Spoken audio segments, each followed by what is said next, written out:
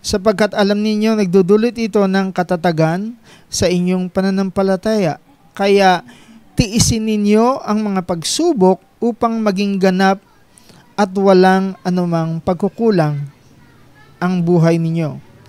Kung mayroon mang pagkukulang sa inyo sa karunungan, humingi siya sa Diyos at nagbibigay ito sa Kanya ng walang pagmamaramot at panunumbat. Verse 6, ngunit dapat magtiwala ang humihingi at huwag magduda dahil ang taong nagdududa ay katulad ng mga alon sa dagat na tinatangay at pinapadpad ng hangin. Ang ganitong tao ay hindi dapat umaasa na may matatanggap mula sa Panginoon dahil nagdadalawang isip siya at walang katiyakan sa mga ginagawa niya. Dapat ikagalak ang ng mga may hirap na kapatid kay Kristo ang pagpaparangal ng Diyos sa Kanya. At ang mga mayayaman naman na kapatid kay Kristo ay dapat ding ikarangal ang pagkababa sa kanila ng Diyos dahil lilipas sila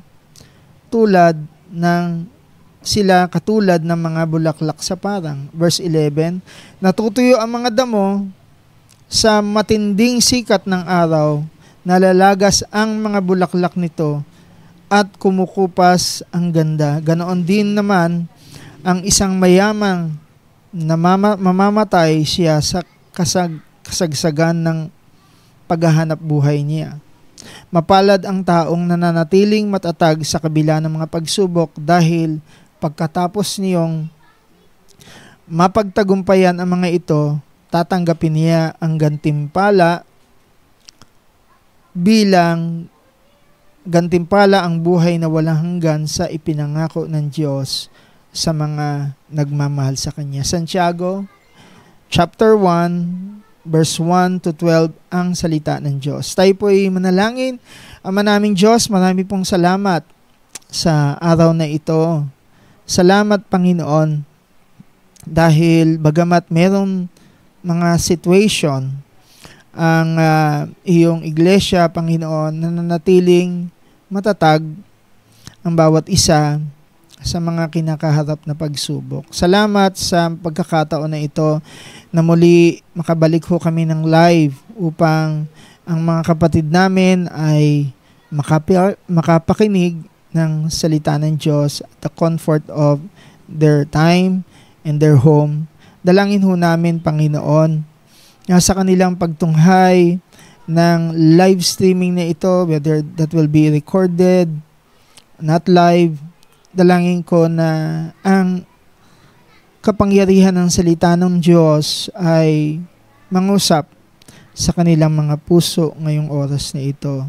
Dalangin ko ang pangunawa, ang pagbabago mula sa salita mo, Panginoon. Lord, tulungan mo kung may mga nakakaranas ngayon ng mga problema, kung may makakaranas ng mga pagsubok, dalangin ko ang iyong salita magbigay ng kasiguraduhan, kasaganahan, at pagpapala sa bawat isa sa mga nakikinig na mga kapatid po namin.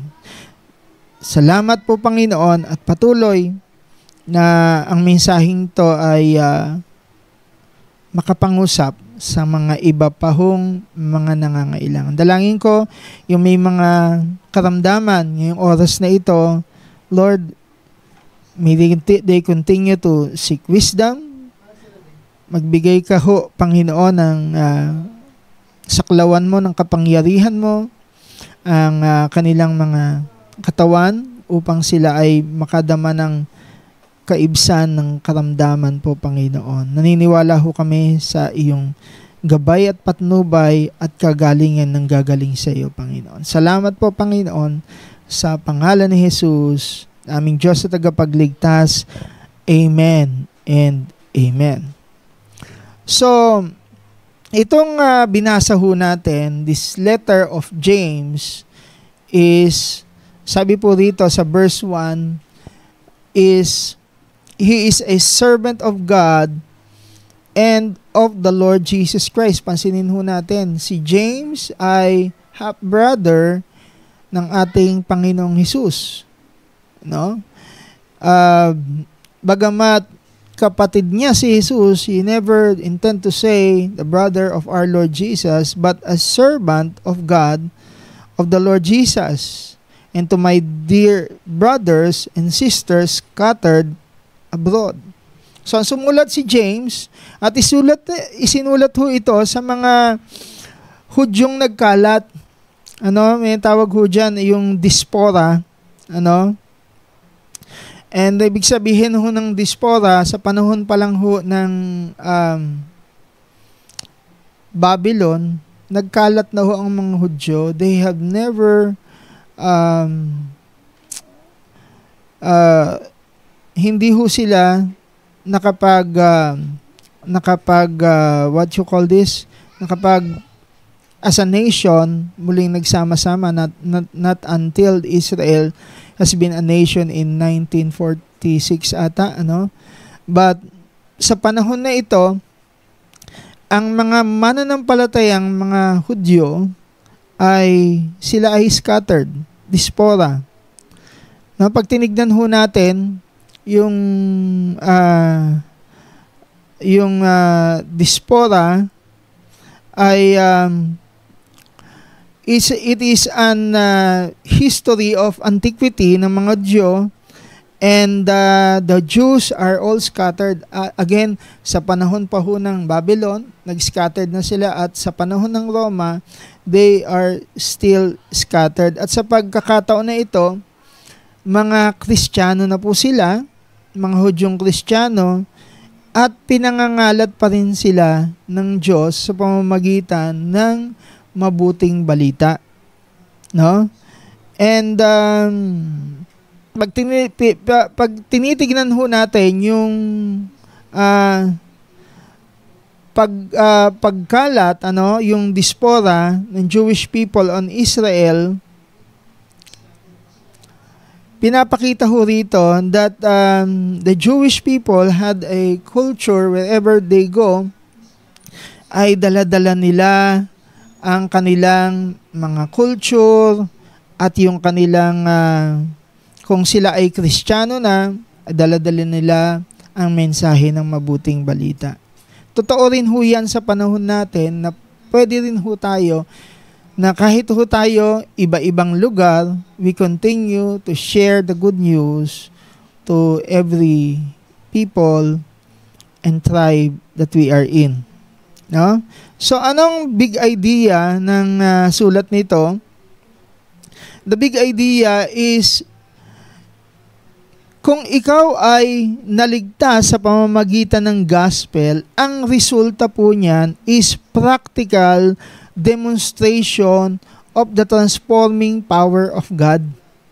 Pag sinabi ho nating transforming power, pag ikaw Kristiyano, ipakita mo ang kaligtasan mo sa pamamagitan ng iyong pagbabago. So again, hindi ho tayo naliligtas dahil tayo ay nagbabago, subalit ang pagbabago ho natin ay katunayan ng ating kaligtasan. Yan ho yung idea ng aklat ng James, so the letter of James. And dito makikita ho natin, kukuha ho tayo ng mga practical na mga katotohanan kung papaanong may apply po natin ang mga sulat na ito sa Iglesia ng Panginoon at sa current status ng ating Christian life. So mahalaga, tinitignan ho natin that through salvation, through the gospel, it result in practical demonstration of God's transforming power sa bawat sa atin. So ano yung mga issues in life na titignan ho natin? 3 issue ng buhay ang titignan ho natin. Unang-una, issue in life is the problems are predictable. When we said problems are predictable, tiyak may problema. Next slide na tayo, Brian. Letter A. Yan. Problems are predictable. Sabi po rito, my dear brothers and sister, consider it pure joy when we face trials. Ano? Sinasabi rito, magalak kayo. Ano? Sa tuwing dumaranas kayo ng mga pagsubok. No? So, everyone has problems. No? Pag sinabing pagsubok, these are external problems. Pag sinabi naman pag sinabi naman tukso, these are internal problems. So magkaiba ho yung tukso sa trials, no? We will get into it. Subalit, tignan ho muna natin yung pagsubok, yung mga external problems. So whether you are a believer or not, we will experience problems. Panglabas na problema. Amen po ba? Sino kaya rito walang problema? No? So, every one of us, whether you are a believer or not, or a Christian or an unbeliever, you will face problems. Tiyak may problema. Yan po yung tinitignan ho natin eh. No? Yan yung sinasabi ng James, that problems are predictable. Lagi may problema. Sabi ng Bible, yung ulan at araw, umaaraw sa mabuti at masama. No? Both the good and the evil expect rain. Kaya makita ho natin, ang problema tiyak sa lahat.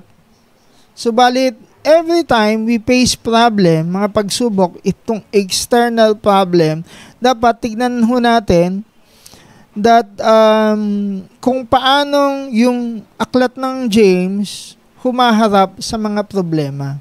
So number 1, expect problems in life. No, dapat ang pagsubok, inaasahan na ho natin yan.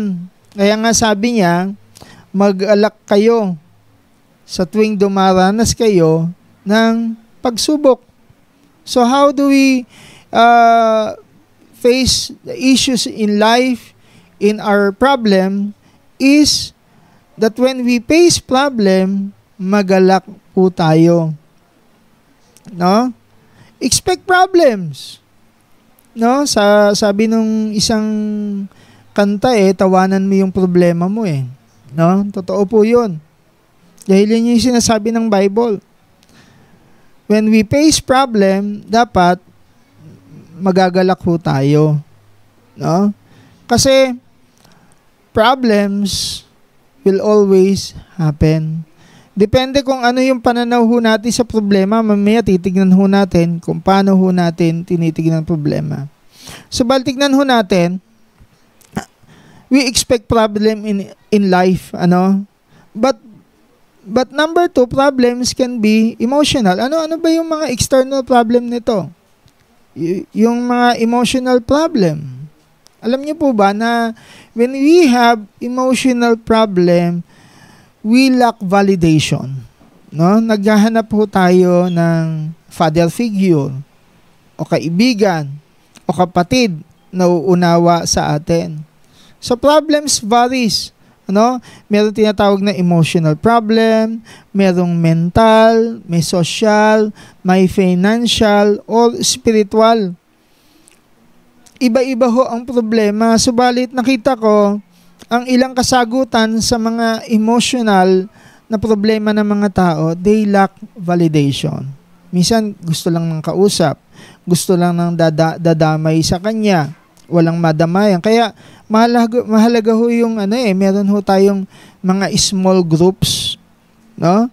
Ang church is not just a place of worship, but it's also a place where we can pour our our emotional problems, our lack of validation, no? Kaya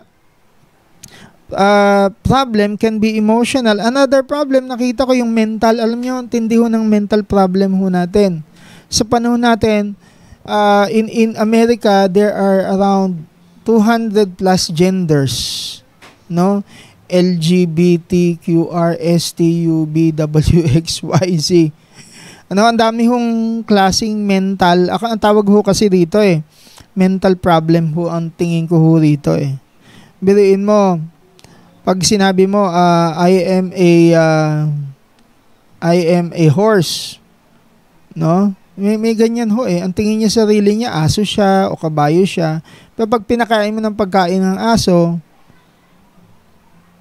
ayaw namang kainin, no? So meron naman kabayo raw siya, ganyan. So we call it mental illness because the problem of mental illness in our time in America, it's about gender identity. Yan ho ang tinatawag ho nila, gender identity. Ay biruin mo, tignan ho natin yung mental illness niya. We are created in the image of God, in His likeness, and that image will be desecrated because of our preference. So mental problem po yan, no? Neto lang ho, talagang dumami ho yung mental illness ng mga tao, and we need to address the problem because this is papalawak ng papalawak, no? Merong movement ho yan. And tayo nga po sa Pilipinas, we don't advocate, we advocate our what you call pati yung tinatawag ho nating divorce. Yan na ho pumapasok yung pati pag-atake sa pamilya. Yan ho yan, mental problem po yan. Social po yan. Another are social problems, no? Inaatake ho yung mga pamilya ho natin. Siguro meron kang family problem, social problems. Another is financial problem. And these are financial problems ay nakikita ko marami ho tao because of the inflation, yan ho yung nagiging problema ng maraming tao. Siguro yung iba, physical problem. Meron ho siyang karamdaman, no? And others are spiritual, no? So ano man no yung problema mo, whether that is emotional, mental, social, financial, physical, spiritual, these are problems. Lahat ng tao may problema. Again, problems, according to verse 2, yung verse 2 na pinagsasabi, mga kapatid, magalak kayo sa tuwing dumaranas kayo ng mga pagsubok. Another is, problems can bring joy. So, totoo yan na ang problema ay nagdudulot ng kagalakan. Amen po ba? So, paano magkaroon ng kagalakan sa problema? Problema nga ho yan no? Ang approach po ng salita ng Diyos na ang maaring maranasan ang mga problema at sa gitna nun, bilang mga Kristiyano, pinaka magalak na tao ay mga Kristiyano every time we have problem. Kaya nga ho, isipin mo to isipin mo, kung ikaw, sinabi mo, Kristiyano ka, tapos hindi ka nagagalak, baka may problema sa Christian life mo. Amen po ba? Kasi, sabi ng Bible, magalak ka. Ang Bible ho kasi hindi nagkakaroon ng problema Baka mali ang interpretation natin sa pagkakaunawa natin sa Bible. Baka hindi tayo Christian talaga. Kasi kung Christian ka, you will embrace suffering. You will embrace problems. And this is part of our Christianity. Amen po ba? Kaya sinasabi ni Santiago ito na magala kayo kapag nararanasan mo ang mga problemang ito. Kasi Christian ka. Amen po ba? Alam mo, pagka hindi ka nagagalak na meron kang problema, tanungin mo, Kristiyano ba ako? Baka nandun ang problema. No? At manalangin ka na, Lord, sana maintindihan ko ang salita mo. Sana datnan ho ako ng kaligtasan mo upang sa kalagitnaan ng mga problema ko, makareceive ako ng joy. Amen po ba? Amen po ba? Kasi pag tinignan ho natin ang salita ng Diyos, punong-puno ho yan ng mga Kristiyano, punong-puno ho ng suffering. Mula ho sa old antiquity of Christianity, dumanas ho talaga ng mga matitinding pagsubok ang mga Kristiyano. And if you are a Christian and you do not rejoice in problems, the question is, are you a Christian? Not the other way around. Ano? Kaya makita ho natin, problems can bring joy. Amen po ba? So, may dalawang klaseng problema ho kasi. Problem of correction. May problema ka. Bakit may problema ka? Kaya ka may problema kasi itinatama tayo ng Diyos. That's the reason why we pray, we face problem. So makita ho natin that problems are there kasi may gustong ituwid ang Diyos sa buhay natin. Kaya lang ito ang problema kapag ka 5 taon na at ganun pa rin ang problema mo, hindi na tayo natuto. No? These are issues that we need to see why we cannot have joy in the middles of our problems. Hindi na ho tayo natututo. Another is the problem of progression. Ano yung progression? There are problems God gave us for us to grow. So maaring ang problema ay paraan ng Diyos para tayo ay lumago, mag-grow. Amen? Kaya importante ho yung yung tamang perspective ho natin when we face problems. No? Kaya mainam na tignan ho natin yung tamang perspektibo ng salita ng Diyos whenever we face problems. Unang-una, bakit hindi ka nagagalak sa kalagitnaan ng problema? Kristiyano ka. Kitang-kita si Kristo, He embraced suffering. The apostles died in suffering. The Christian martyrdom. All of that are part of Christianity.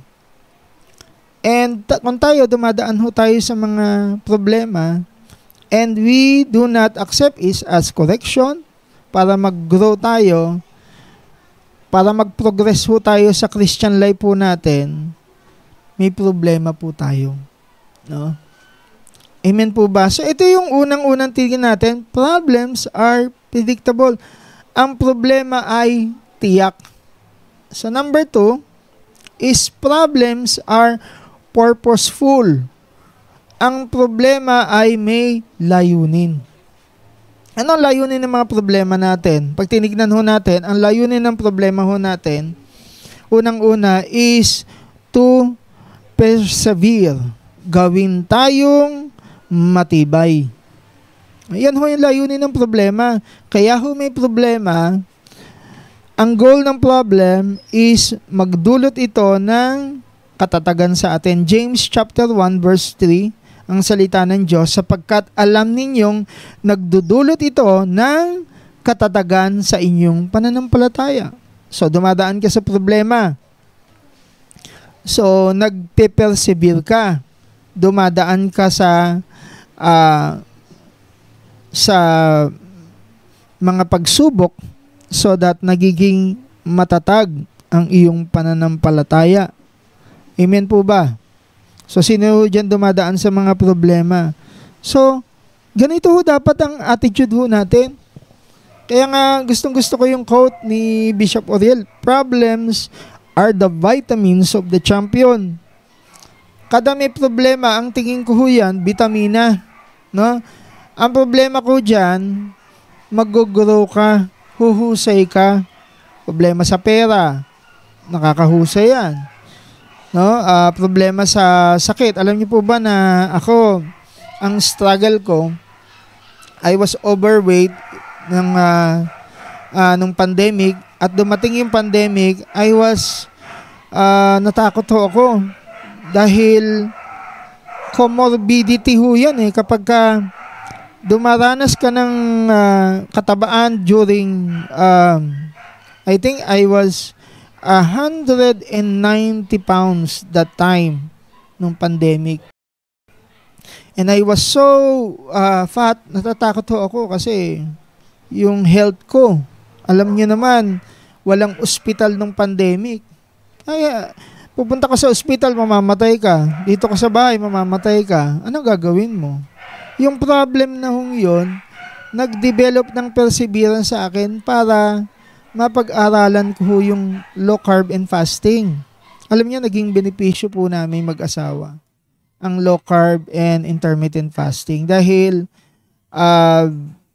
we have much yung health ho namin na itanggal ho namin mula dun sa mga magme-maintenance na wala na ho kami sa mga ganon.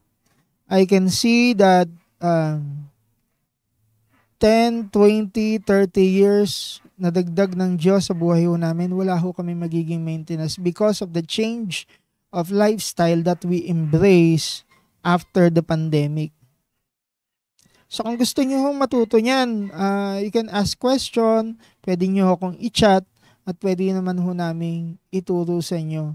Libre, no? Love gift lang. No, so ako tinuturo ko yan sa mga leaders ko, how to be healthy. And I see that fasting is one of the things that really strengthen our immune system. So that kahit dumadanas ho kami ng mga problema, nagiging matibay ho kami mag-asawa. Amen po ba? So isa ho sa matinding problema ho yan yung health ng mga tao sa panahon ngayon. Kaya pinatatag ho kami yan nung dumaan ho kami sa pandemya. At right now, alam nyo, from 190 pounds, I am now 70, siguro mga mga 95 kilos. Right now, I am around 75 kilos. No? So, I'm now building muscles. Nag-gym na ho ako, bumabalik na ho ako sa gym because nakita ko ang gym ho ay paraan para ma-support yung lifespan po namin mag-asawa. So marami hong nag-develop ho yung perseverance sa amin, nagpatibay ho yung panahon na nagkakasakit ho kami ng pandemya. Another is problems, ang purpose yung layunin ho yun, hindi lang mag-develop ng perseverance, it also develops purity. No? Purity, kadalisayan. Ano? Pagmasdan nyo sa talatang 4, kaya tiisin ninyo ang mga pagsubok upang maging ganap at walang anumang pagkukulang ang buhay nyo. So, sabihin ng pagtitiis, is something that we need to develop in our life. Kasi pagka nagtitiis ho tayo, nagpo-promote ho ng purity ito sa buhay ho natin. No? Nagde-develop ng purity, kadalisayan. No? Example, dito sa 1 Peter chapter 1 verse 7. Ano ba ibig sabihin ng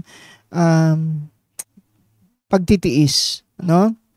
1 Peter 1:7, para masubukan kung talagang tunay ang pananampalataya nyo. Katulad ng ginto, sinusubok ito sa apoy para malaman kung tunay o hindi.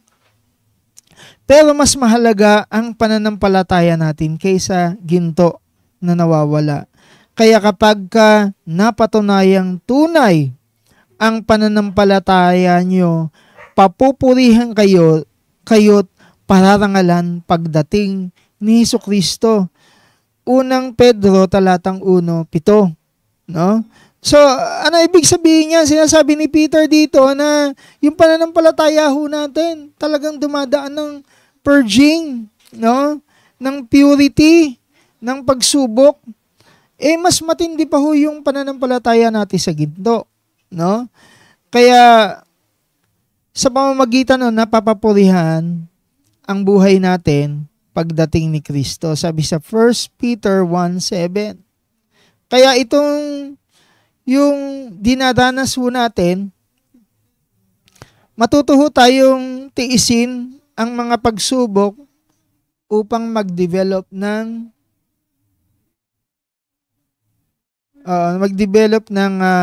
kadilisayan. Okay? Number 3, dito sa number 2, develop progression. Sabi dito, kaya tiisin ninyo ang mga pagsubok upang maging ganap. No? So, ito ring mga trials, nagdi-develop po ng progression. When we undergo ng mga pagsubok, nagdi-develop po ito ng progression. So, importanteng makita ho natin na yung mga yan, yung it develop perseverance, nagpapatibay sa atin, it develops purity, and it develops progression. Another, whenever we undergo itong problems at ang layunin nito ay nagbibigay ng buhay ng panalangin, it drives us in prayer. Sa verse 5 sabi, kung mayroong mang pagkukulang sa inyo sa karunungan, humingi siya sa Diyos. So makita natin, every time we face yung mga karamdaman, pangangailangan, kawalan, it drives us to prayer. Wala ko nakitang namblema ka ng matitindi pagkatapos hindi ka nanalangin. Usually, it drives us to prayer. Kaya ang purpose ho ng mga pagsubok upang tayo po ay manalangin. No? When in problem, always we need God's wisdom. No? Pagka tayo, dumaranas ho tayo ng problema at nananalangin ho tayo, alam niyo po, ang pananalangin ho kasi, it's a spiritual, but it is a mental exercise rin. No? So, bago ho kayo manalangin, ang tip ko sa inyo, huwag kayo mananalangin ng walang laman ng isip nyo. Manalangin ho kayo with the Word of God. Kasi ang Word of God ang magbibigay ng wisdom sa atin every time we pray. You open your Bible. You read the scripture. Ako po, meron ho akong ginagawang exercise ho ngayon. Every year, I want to read different translation of the Bible. Meron akong app na nakikita ko yung progress ko. 70% o 72% of the Bible, chronological, binabasa ko po. So, that is my spiritual discipline. Alam nyo, every time I face problems, automatic salita ng Diyos dumarating sa isip ko. Why? Kasi it drives us to prayer. No? At malinaw po yan sa Matthew chapter 6 when Jesus exercise, sinabi niya po yung prayer, fasting, and giving, yung tatlong virtue na ginagawa ng Kristiyano, prayer, fasting, and giving, dapat po yan nadidevelop sa buhay Kristiyano ho natin. At ako naniniwala na bilang mga Kristiyano, dapat hindi na natin to hihintayin manalangin tayo kapag may problema. Dapat, kahit wala hong problema, kahit maganda ho ang kalagayan ho natin, mapanalinginin ho tayo, nagbabasa po tayo ng salita ng Diyos. Amen. Because the Word of God is full of wisdom. Yun ang sabi dito sa Santiago. Kung meron mang nagkukulang sa inyo sa karunungan, humingi siya sa Diyos. Sa panahon nila, wala pa hong print Bible eh. The words of the eyewitness, the apostles, are very important to them. Pero sa atin po, nandiyan ho ang Word of God. So, bakit hindi ho natin dinadrive yung ating buhay, pananampalataya sa pag-aaral at patuloy buhay na pananalangin? Amen po. I hope na may natututunan po tayo because ang isa sa layunin ng trials ay ang layunin niya ma-develop ang perseverance, ma-develop ang purity, ma-develop ang progression, pagpapatuloy, develop ang prayer life. Lastly, problems are profitable. Verse 9 to 12. No? Sabi po rito,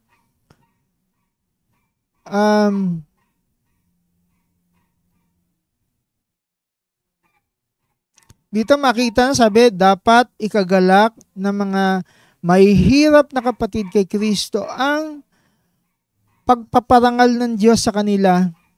Verse 10, ang mga mayayaman naman ng mga kapatid kay Kristo ay dapat ding ikarangal ang pagkakababa sa kanila ng Diyos dahil lilipas ang katulad ng mga bulaklak. So, ano ibig sabihin ho nito? Sa ikatlong purpose ng problem, no? Ang pakinabang ho ng problema, no, sa atin, unang-una, sa mga mahihirap. Anong pakinabang ng salita ng Diyos? For those who are poor.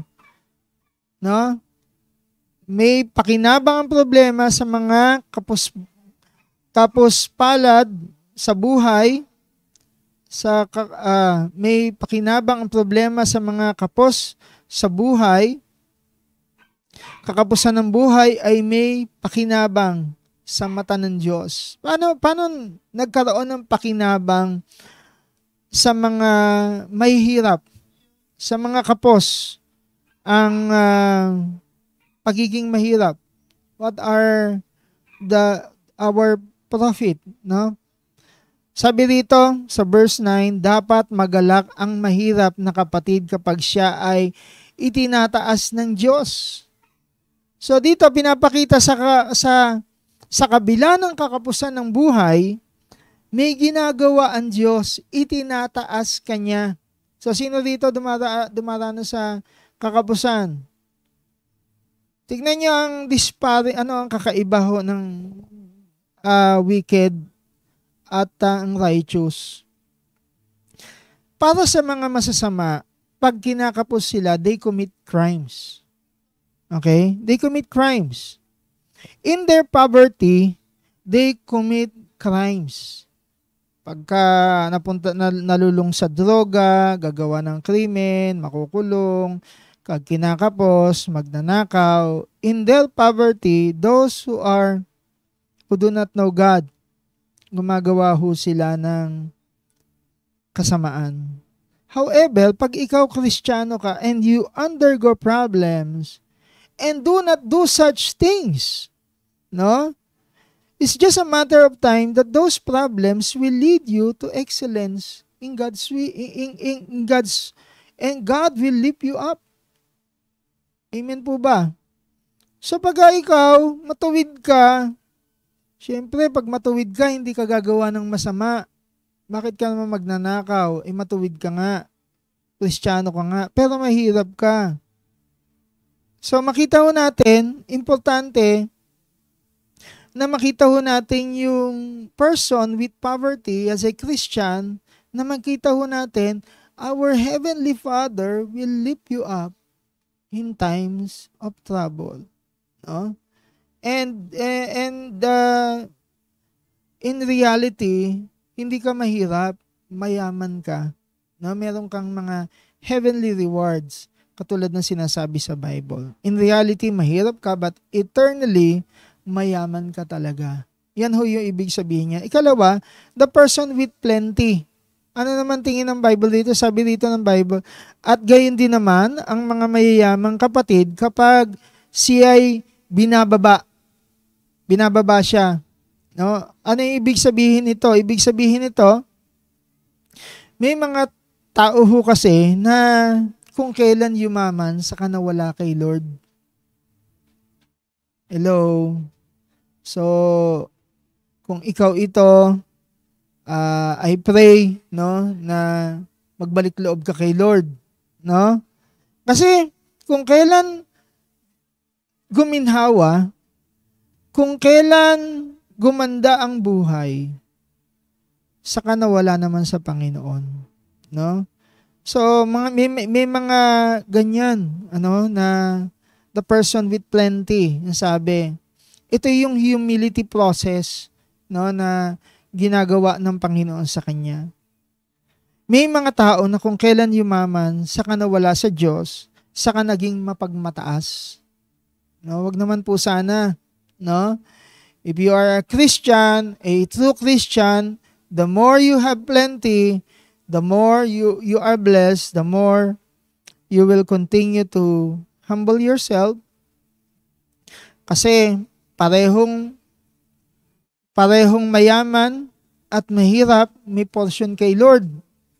At ito yung portion ng mga taong mayayaman. Reality ho yan, na pag nagkaroon, nawawala sa Panginoon, pag nagkaroon, lalong nagiging mapagmataas. Reality ho yan. No? So these are their portion. Ito yung humility process ang sabi ng Bible sa kanila. Another is the reality of death. The reality of death. Sa verse 11 sabi, natutuyo ang mga damo sa matinding sikat ng araw, nalalagas ang mga bulaklak nito at kumukupas ang ganda.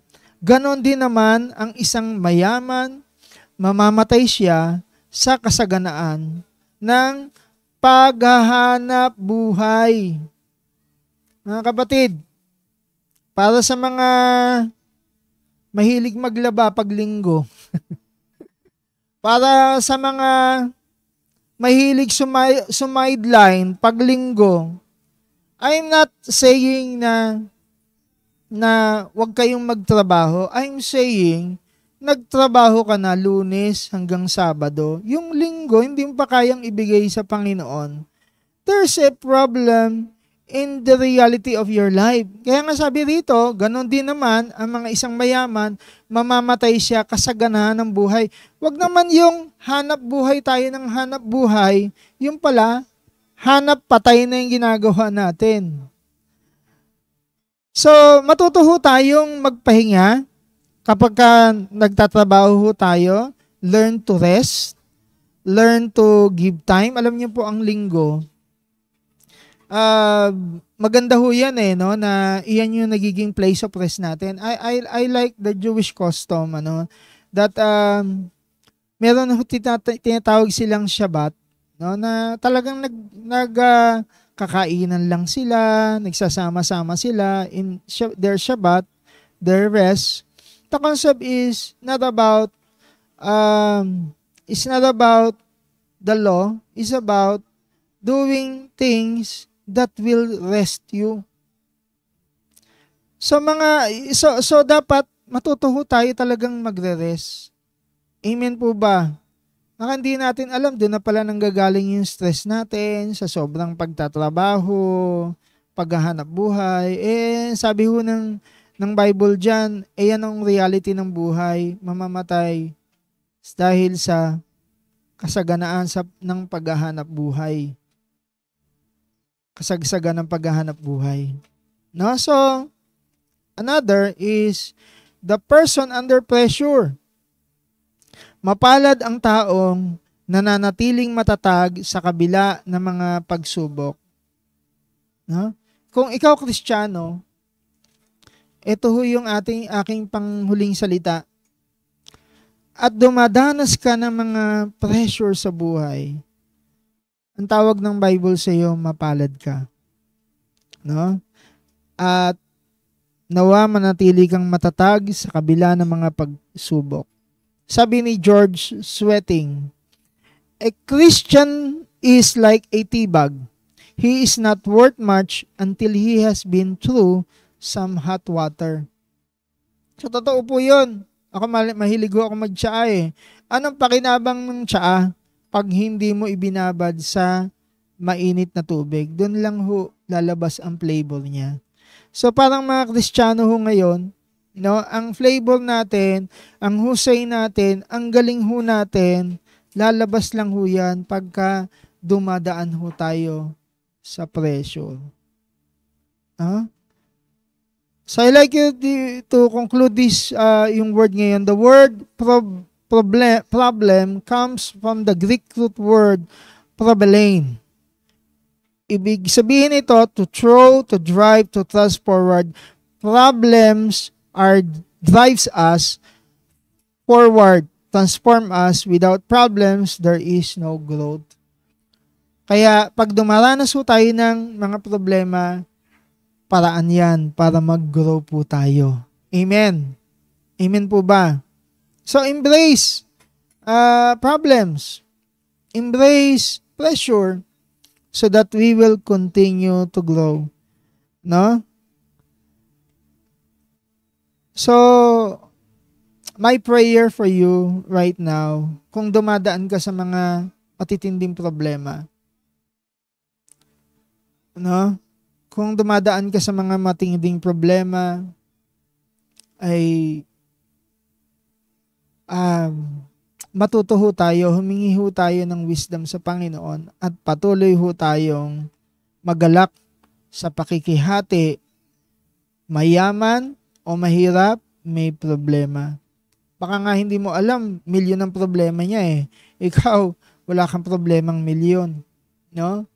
So, lahat ho yan, mahirap, mayaman, pantay-pantay hong dumadanas ng problema.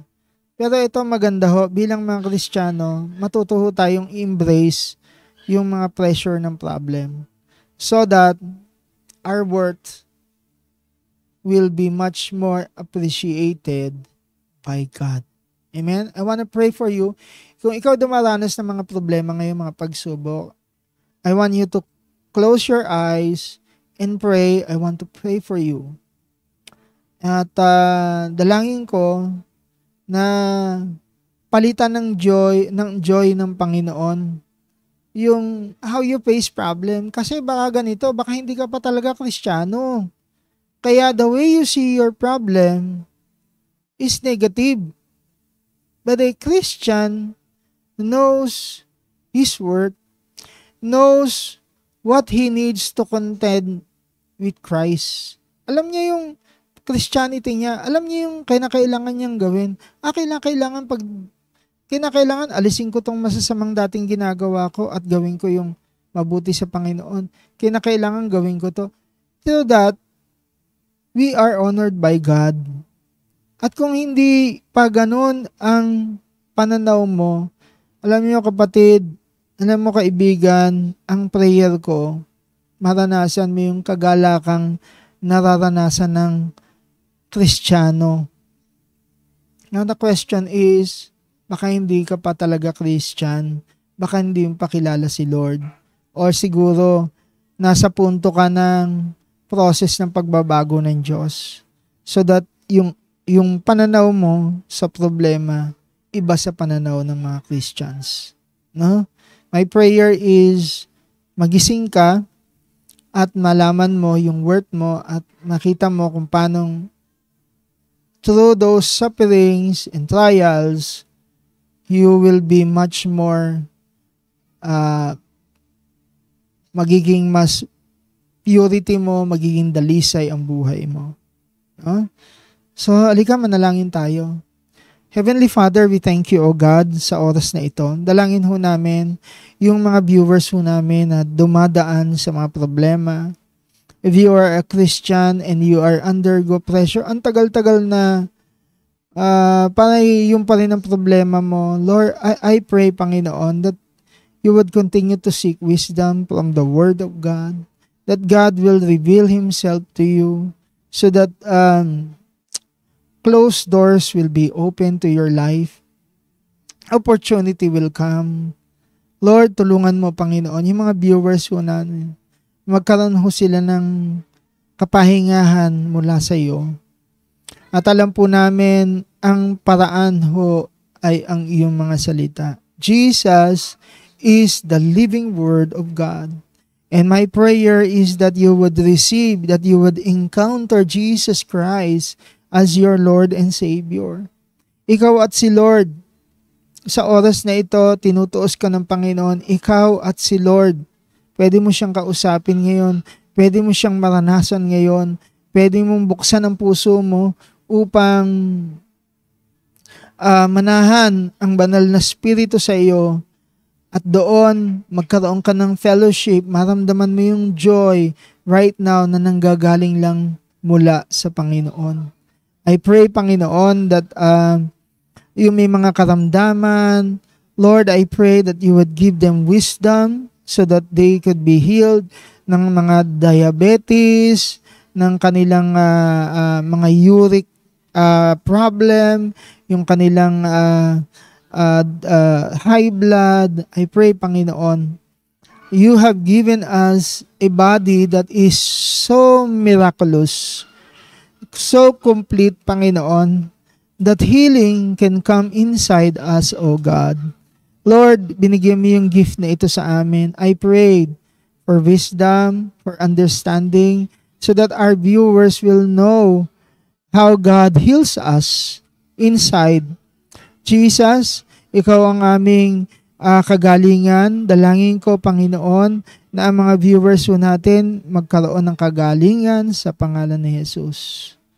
Lord, I pray, Panginoon, yung nagkakaroon ng financial problems.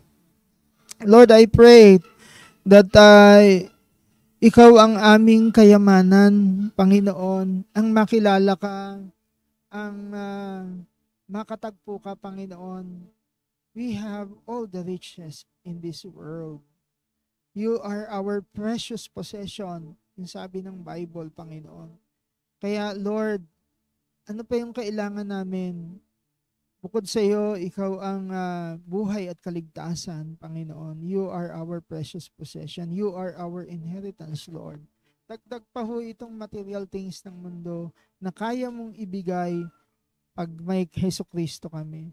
Kung ikaw ay merong sumasuffer ng mga mental illness, I pray right now that you would not believe the lies of the devil, that you will believe in the Word of God, that the Word of God is truth, that there is two genders, male and female. If you are confused of your identity, I pray that you would turn into the Word of God, and the Word of God will shine upon you. I pray that you would have a community of people behind you na magtuturo sa iyo, mag-guide sa iyo, magiging spiritual place mo where you can grow and know your identity in Christ. Our identity is in the Bible, that God created us in His image. That is our identity. We are created in that image. At ang makilala mo si Jesucristo, siya ang maglalagay ng gender mo. Whether you are a boy or you are a girl, you are created wonderfully in the image of God. I pray that you would find healing in your mental illness. Ang LGBTQ is a mental illness, and I pray that our friends from LGBTQ community, Panginoon, ay makilala at maranasan ang healing mo, Panginoon, mentally. In Jesus' name we pray, Panginoon. And also we pray, Panginoon, yung may spiritual na kalagayan. No, they have problems spiritually. I pray, Panginoon, na makilala ho nila ang aming Jesucristo, makilala nila ang buhay na salita mo upang ang kanilang buhay will never be the same again. Lord, the church, the community is here to serve. And we pray, Panginoon, that as disciples, we will continue to pray and work for the lives of the people. Ito yung binigay mo sa amin. Bukod sa salita ng Diyos, narito ang iglesia mo, Panginoon, fulfilling your work that you have begun in the beginning of time, Panginoon. And Lord, ang community of praise ay narito. Isa ho kaming cell church na nagiging bahay upang matulungan ang mga kabataan, ang mga kaibigan at kapatid ho natin na nangangailangan ng spiritual home. We thank you, O Lord, sa iglesia mo rito sa community of praise, that we will continue to be a beacon of light to those who are lost. And I pray, Panginoon, na patuloy mo pang i-advance ang gawain ni ito sa pangalan ni Jesus. Kasama po ng mga primary leaders ng community of praise, we pray and we commit our lives to help people find their way to God. We thank you, O Lord, sa ministry binigay mo, and this is the ministry of reconciliation, that we could reach out to all our neighbors, our people, those who are lost in you, Panginoon. We thank you, O Lord. This is our prayer in Jesus' name. Amen and amen.